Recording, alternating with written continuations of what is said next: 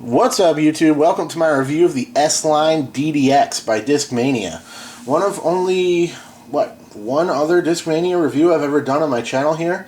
I think that's about it. I tested an FD many years ago. I don't think I was doing reviews yet at that point. So yeah, it'll be pretty cool to get another Discmania review in the playlist here, creeping up on 150 discs reviewed, trying to build a database for you guys to be able to reference if you're interested in any of this plastic from a kind of average thrower's perspective. This disc review is brought to you by my friend Chris Caulfield from Aloha Disc Golf. He sent me a whole bunch of plastic to test and review. I'm still not done with the first batch, and I just got another batch today. So yeah, it's been really, really great. He's been a super generous guy. I appreciate his support very much. Go check out his channel, Aloha Disc Golf, in the description below. He does giveaways and reviews, and he's going to be doing all kinds of other disc golf related content, so go check him out. He's been super generous to me, and I would appreciate you to go support him.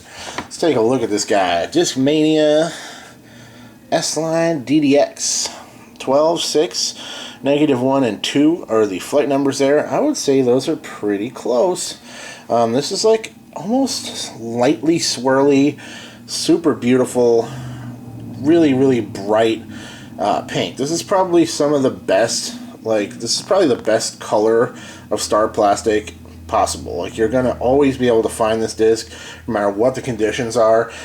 Orange and yellow are great as well, but occasionally you'll run into, like, playing in the woods or something, you'll run into some leaves or something like that that could kind of blend in with.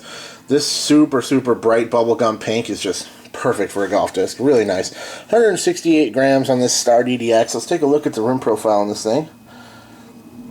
So it being a 12 speed, it's got some bulk to the rim, but nothing too crazy. I like how you can actually see, and I don't want to put shadow on it, but actually there's like a little ridge. I don't know if it's coming up on camera, but it kind of almost rounds upward right on this outer part of the rim here. There, you can kind of see it right there. There's like a little ridge in here, and then it kind of rounds up just a hair, and then pretty flat top on this thing. Not like board flat, but certainly not like a pop top disc at all. Good feeling disc in the hand. The S-Line plastic, for you guys who don't know, is basically exactly the same as Star plastic from Innova. You know, you have the C-Line, the S-Line, P-Line, and D-Line.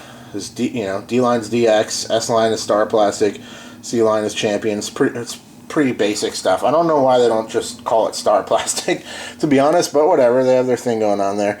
This little dimple here on the top of the disc here on the rim as well. Kind of interesting.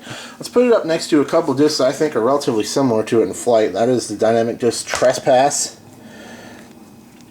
Give me a little side-by-side here. Definitely some differences there in the way it's shaped. And also tested it today alongside my new Z-Flex Thrasher from Discraft. Another beautiful pink disc here. Take a look at that. So definitely different there. Let's do a little side-by-side like this.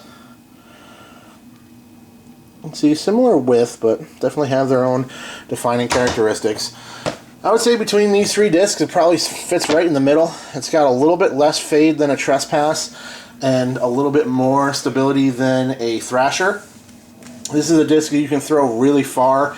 It's a very far-flying disc. It stands up for quite a while. It has a pretty consistent finish and fade back at the end of the flight for me. Unless I throw it nice and low with a good snap, it'll ride to the right a while, come back just a little bit, and mostly finish straight in line. So it's an accurate distance disc that you can stretch some good distance out of on a nice straight golf line. It's not something that you need to really hyzer flip and get it to really kind of turn over and come back and work to get distance. If you get it to just stand up nicely, which isn't very hard to do, then you can get it to just carry on that line for a long way and get you some really, really solid distance and a very accurate and kind of intuitive flight path overall. Didn't take me very long to figure out how to throw this thing to get it to fly.